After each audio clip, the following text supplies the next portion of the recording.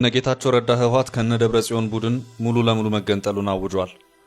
በአቶ ጌታቸው ረዳ ሲመራ የቆየው የህወሓት አንጃ ራሱን ወደ ቻለ ፖለቲካ ፓርቲ መሸጋገሩን ትላንት ሚያዝያ 19 2017 ዓ.ም ይፋ ባወጣው መግለጫ አስታውቋል።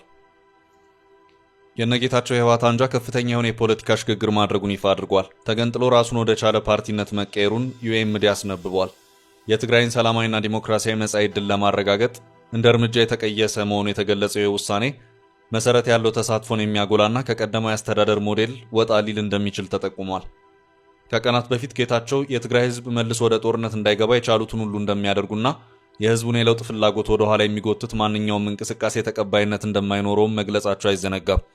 ጌታቸው ትግራይ ውስጥ እሳቸውን ለመግደል የተሸረበ ሴራ እንደነበርም በድጋሚ ጠቅሰዋል። መግለጫው ይፋ የሆነው የህወሓት ሌጋሲ በትግራይ ወደፊት ሚና ላይ ሰፊ ምክክር እየተደረገ ባለበት ወቅት መሆኑ ተመላክቷል። ምክክሩን ወደ ተጨባጭ መዋቅራዊ ለውጥ ለመተርጎም እንቅስቃሴ መጀመሩ እንዲሁ ተገልጿል።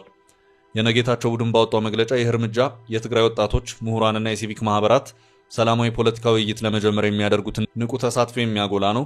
ውጥኑ አሮጌውን በትዕዛዝ የሚመራውን የፖለቲካ ባህል ከማስቀጠል ይልቅ አሳታፊና ምክክርን በማጎልበት አዲስ ዴሞክራሲያዊ ስርዓትን ለማጠናከር ያለመ መሆኑን ገልጿል።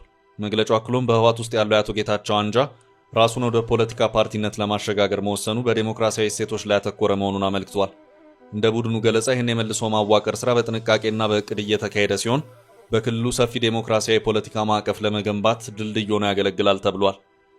በተጨማሪም ቡድኑ ሰላማዊ ፖለቲካ ውይይቶች ለማስቀጠልና ለማጠናከር በሁሉም የትግራይ ፖለቲካ ድርጅቶች በተለምዶ እንደ ባላንጣ የሚታዩትን ጨምሮ አንድነትና ትብብር እንዲደረግ ጥሪ አቅርቧል።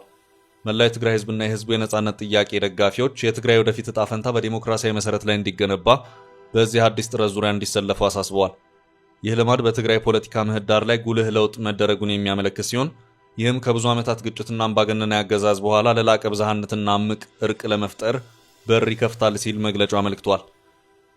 ሌላው መግለጫው በደብረጽዮን ገብረ ሚካኤል የሚመራው ቡድን የትግራይን ተቋማት በዘዴ በማፍረስ የህዝብ ሀብት እየዘረፈና በህዝቡ መካከል ክፍፍል እንዲፈጠር አድርጓል ሲል ከሷል።